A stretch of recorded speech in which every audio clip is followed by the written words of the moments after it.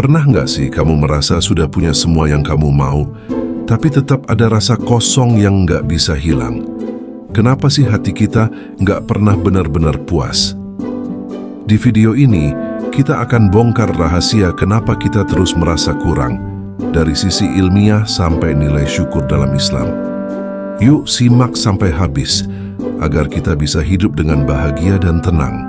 Manusia itu memang dirancang dengan hormon dopamin, zat kimia yang bikin kita terus haus akan hal-hal baru. Dopamin bikin otak kita selalu cari kepuasan, bikin kita ketagihan sama reward. Jadi wajar banget kalau kita ngerasa kurang terus. Dalam hidup ini, terkadang kita merasa udah punya segalanya, tapi tetap aja masih merasa kurang terus. Barang impian udah kebeli, gaji naik, tapi masih insecure. Kenapa kita nggak pernah puas ya? Ini bukan cuma masalah kamu, tapi masalah semua orang. Nah, sekarang mari kita bahas bersama-sama.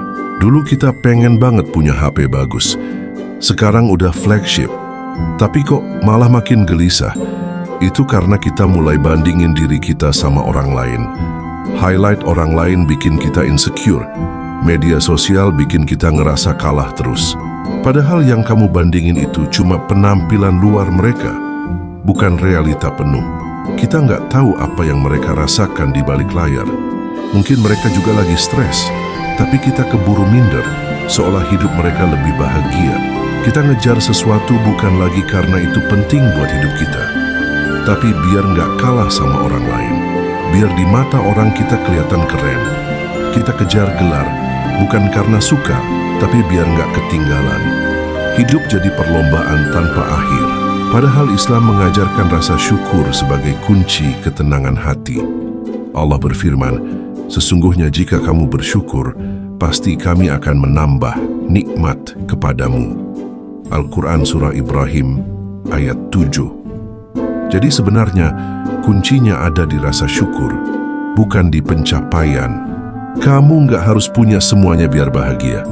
Kadang, yang kamu butuhkan bukan barang baru, tapi cara melihat yang kamu punya. Hormon dopamin bikin kita haus reward, tapi Islam mengajarkan kita untuk sabar dan bersyukur biar hati tenang. Berhentilah sebentar, tarik nafas dalam-dalam. Tanya pada dirimu, apa aku ngejar ini karena aku butuh atau karena takut kalah? Hidup bukan tentang siapa yang lebih hebat. Hidup itu tentang bagaimana kamu bisa bahagia dengan apa yang kamu punya hari ini. Jangan biarkan standar orang lain menentukan kebahagiaanmu. Rasa cukup itu bukan soal apa yang kamu punya, tapi bagaimana kamu melihat apa yang kamu punya. Karena kalau kita nggak bisa ngerasa cukup, sebanyak apapun yang kita punya, nggak akan bikin damai. Jadi, inti pembahasan kita kali ini adalah kita seringkali merasa selalu kurang, meskipun sudah punya banyak hal. Ini adalah neraka dunia yang kita ciptakan sendiri, siksaan batin yang nyata dan melelahkan. Kita mengejar fata morgana kebahagiaan, namun malah merasakan kehampaan tak kunjung terisi. Oke guys, kita dapat pahami bahwa ternyata akar masalahnya pada dua hal. Pertama, hormon dopamin di otak kita terus mendorong pencarian reward baru. Ini seperti alarm tak berhenti, berteriak, lagi, lebih banyak. Wajar kalau kita terus merasa kurang, sebab otak kita didesain untuk itu. Meski kepuasan hanya sementara. Permasalahan kedua, di era digital kita diperparah perbandingan sosial masif. Media sosial jadi etalase sempurna, menampilkan sisi terbaik orang lain. Kita melihat highlight kesuksesan, penampilan memukau, atau liburan mewah. Tanpa sadar, kita membandingkan diri yang biasa-biasa saja dengan versi yang terpoles itu. Akibatnya kita merasa kalah, tidak aman, dan menganggap hidup orang lain lebih bahagia. Kita mengejar sesuatu bukan karena butuh, melainkan takut kalah atau demi validasi dari orang lain. Hidup pun berubah jadi perlombaan tanpa henti, mengejar pengakuan demi standar yang bukan milik kita. Ini siksaan batin, kepenatan tak berkesudahan. Lalu, bagaimana cara kita akan keluar dari neraka dunia ini? Kuncinya adalah kembali kepada rasa syukur dan melatih rasa cukup. Ini penawar paling ampuh untuk siksaan yang kita alami. Dalam Islam, Allah berfirman dalam surah Ibrahim ayat 7, La in syakartum la azidanakum, yang berarti, sesungguhnya jika kamu bersyukur, pasti kami akan menambah nikmat kepadamu. Ayat ini janji ilahi. Pandai bersyukur menambah nikmat tak hanya materi, tapi juga ketenangan jiwa, kedamaian, dan keberkahan. Ini memutus rantai selalu kurang. Filosofi Jawa juga mengajarkan nrimo ing pandum, menerima dengan ikhlas apa yang diberikan Tuhan. Ini membebaskan dari ambisi tak sehat. Peribahasa rumput tetangga selalu lebih hijau mengingatkan kita berhenti membandingkan. Jadi, mari berhenti dari perlombaan melelahkan ini. Tanyakan, apakah aku mengejar ini karena butuh atau takut kalah? Pahami bahwa kebahagiaan sejati bukan tentang mengumpulkan kepemilikan, melainkan menghargai dan merasa cukup dengan apa yang kita miliki hari ini. Rasa cukup bukan berarti menyerah, tapi kesadaran bahwa kita sudah punya segalanya untuk bahagia.